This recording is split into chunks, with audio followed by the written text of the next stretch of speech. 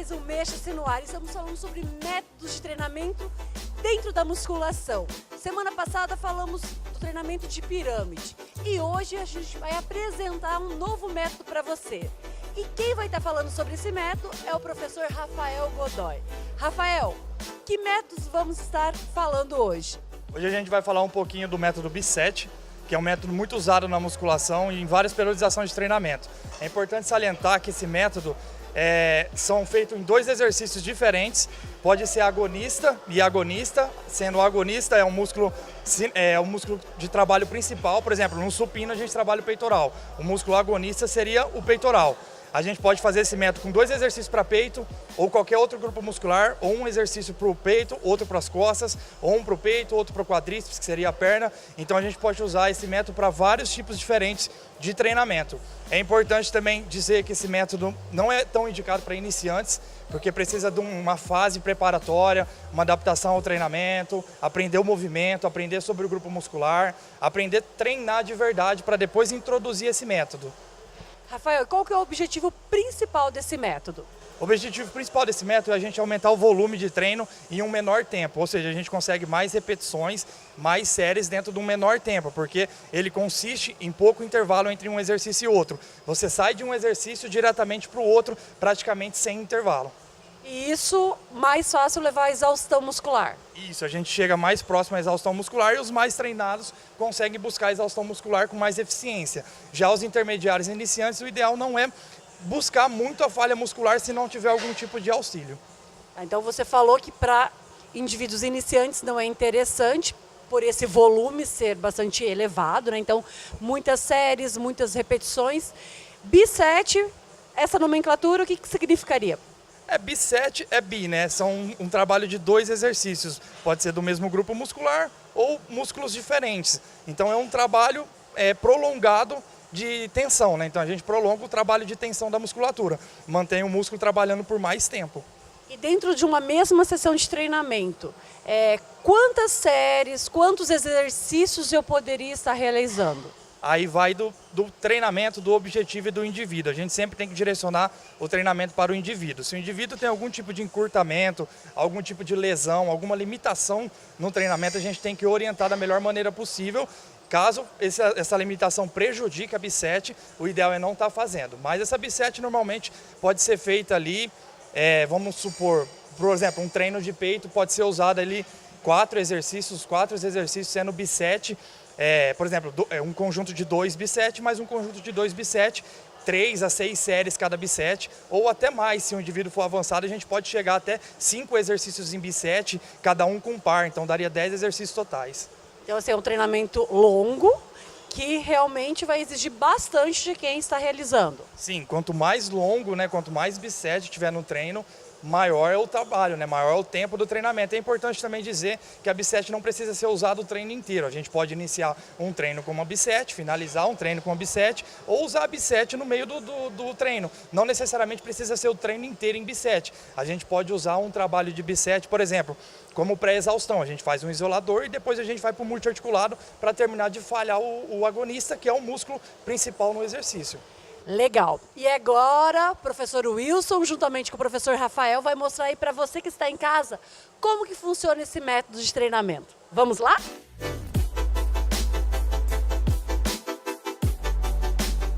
Pessoal, vamos agora mostrar a proposta do treino de hoje, com a ajuda do nosso professor de Educação Física também, o Vinícius, formado aqui no curso de Educação Física da Unifeb, e o nosso professor convidado hoje, o Rafael Godoy. Rafael, qual que é a ideia então? A gente vai falar do agonista, né? O que seria isso? Eu sei que você já trocou uma ideia com a Cassiane, mas como que vai ser isso na prática? Então, a gente tem aqui um indivíduo altamente treinado, né, que é o Vinícius. Inclusive é um atleta de fisiculturismo, então é um cara bem avançado no treinamento. A ideia aqui vai ser o quê? A gente vai partir para um treino de pernas. A gente tem um leg press, que é um exercício multiarticulado, que age em duas articulações, joelhos, tornozelo, quadril também, dependendo do executante. Por exemplo, aqui a gente tem a ação do músculo agonista, que é o quadríceps, que é o músculo de frente da coxa. Também temos a ação sinergista do isquiotibiais, que é a parte de trás da coxa, posterior de coxa. E também temos uma ação do glúteo, que é muito importante também para o movimento. Então, qualquer encurtamento em uma dessas musculaturas, a gente prejudica esse movimento. Então, a ideia aqui é a gente trazer um exercício mais pesado primeiro, progredir a carga em cima dele conforme a capacidade do indivíduo. Quando ele estiver praticamente falhando a fase concêntrica, que é o movimento de empurrar, a gente para e a gente vai seguir para um movimento isolador, que é a extensora, onde vai ter ação apenas no quadríceps, que é a parte de frente da coxa, e ali a gente termina de finalizar o indivíduo, ou seja, acaba chegando à exaustão na extensora. É por isso que a gente chama de agonista, né? Na verdade, agonista é que o músculo principal do movimento, a gente chama ele de agonista. Então a gente faz o exercício principal, o que mais possibilita a carga, e a gente vai para o outro, que é isolado, né? Então a gente forma com essa nomenclatura, né? Agonista, é isso aí, né? Então vamos lá, vamos ver o que o nosso Vinícius vai conseguir realizar aí? Bora lá! Você pode ver que a execução dele tem uma boa amplitude e a carga não é a dele usual, né? Aqui a gente só está demonstrando, ele consegue muito mais do que isso. Aqui a ação principal é do nosso agonista, como o Wilson falou, que é o músculo quadríceps. É onde está tendo a maior ação, a maior tensão muscular está em cima do quadríceps, que é o músculo à frente da coxa. Só que a gente também tem a ação aqui do posterior de coxa e também temos a ação do glúteo, que é muito importante para estabilizar o movimento. Você pode ver que a execução dele é bem, o joelho não vai para dentro, esse joelho para dentro é o valgo dinâmico, e isso prejudica e pode comprometer a articulação do joelho. Então é muito importante esse joelho se manter para fora na mesma direção que o calcanhar. Aí, finalizando aqui esse exercício, a gente vai seguir para a extensora para terminar de exaurir a musculatura dele principal, o agonista, o quadríceps. Vamos lá, sem intervalo, né? Isso, sem intervalo, o mais rápido possível entre um e outro. Agora a gente vai ter o músculo isolado, é isso, Rafael? Isso, agora a gente fez o leg press, onde chegou próximo à falha concêntrica, que é o movimento de levantar o peso, e aqui a gente vai terminar de falhar o músculo agonista, que é o quadríceps, a parte de frente da coxa. Você pode ver que a ação da musculatura está toda concentrada em cima, nessa parte da coxa aqui. Aqui a gente vai buscar a exaustão da musculatura, seguir até ele não conseguir mais levantar o peso. Lembrando que a exaustão não é indicada para iniciantes. É preciso ter técnica e boa execução e adequar a carga de acordo com o praticante. Isso é muito importante. Finalizando aqui, a gente tem uma série concluída, ou seja, uma bisete é uma série concluída. A gente fez uma série lá, totalmente sem intervalo, só o intervalo de transferir o indivíduo daquele exercício para cá, sem intervalo nenhum. Ele sentou, começou a executar direto, isso é uma série. Aí ele terminou aqui, ele vai descansar e efetuar outra série de bisete, que aí vai para a segunda série. A quantidade de série por exercício vai depender da periodização de treinamento, podendo chegar até 6 séries da mesma bisete. Legal. E é por isso que é indicado para pessoal mais treinado, né? O indivíduo sai de uma situação de fadiga muscular e vai realizar um que vai trabalhar a mesma musculatura. Isso aí causa muito desconforto, né? Exatamente, causa um desconforto muito grande. Importante lembrar também que, como é sem intervalo de um exercício para o outro, depois que ele termina o segundo exercício da bisete, ele pode descansar tranquilamente até 2 minutos para recuperar a energia dele para poder efetuar uma nova bisete com qualidade e eficiência. Maravilha! Então esse método super interessante, mais indicado para pessoas mais treinadas, como o nosso Vinícius. No próximo bloco a gente vai mostrar outro método que também não deixa de ser intenso, que vamos falar sobre o método agonista-antagonista. Não sai daí, mexa-se!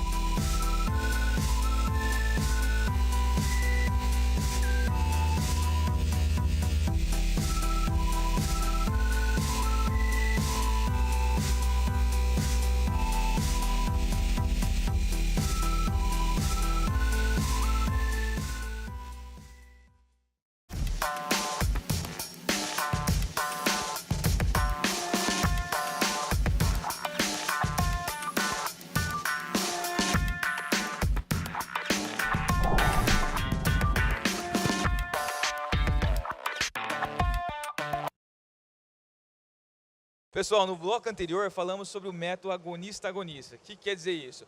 A gente usar 2 exercícios para o mesmo músculo para causar uma fadiga extrema. Agora a gente vai utilizar um método que se chama agonista-antagonista. E o Rafael vai explicar isso para a gente.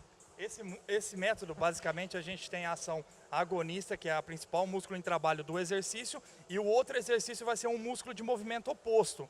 Por exemplo, aqui a gente tem o trabalho do femoral, né, do posterior de coxa na mesa flexora, que é o trabalho de flexionar o joelho para trabalhar o posterior de coxa, e logo depois, totalmente sem intervalo, a gente vai seguir para a extensora, que é o músculo da frente da perna, né, o quadríceps. Então são dois músculos opostos. Isso pode se aplicar a outros músculos também. Por exemplo, se a gente treinar peito e for fazer uma bisete agonista-antagonista, o exercício supino é para peito, depois a gente pode ir para uma remada com halteres, que é o movimento oposto do supino, que trabalha o músculo oposto do peito. Por exemplo, aqui temos o peitoral no supino, e no exercício de costas, que seria a remada, a gente trabalha as costas, o músculo oposto. Assim para o bíceps, assim para o tríceps, tudo vai depender da periodização e do exercício escolhido.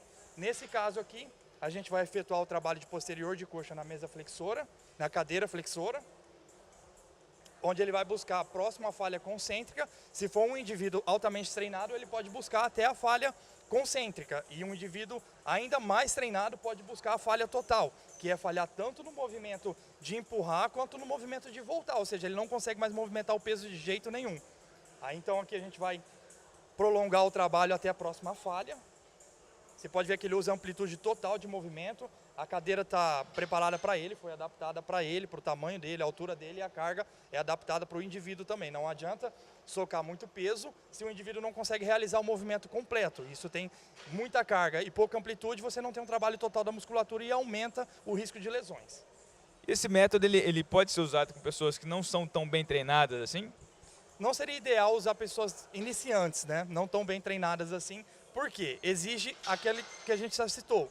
O trabalho, a adaptação, conhecer o movimento e saber o músculo que está sendo trabalhado. Não adianta você vir efetuar um exercício onde você nem sabe onde está sendo trabalhado o exercício. Então, primeiro aprenda o movimento, aprenda o músculo que está sendo trabalhado e depois introduza esse método devagar, gradativamente. Ou seja, faça uma bisete no treino, 3 séries de bisete, depois segue o treinamento normal. E conforme você for melhorando no treinamento, você vai introduzindo os mais bisete conforme a fase de treinamento.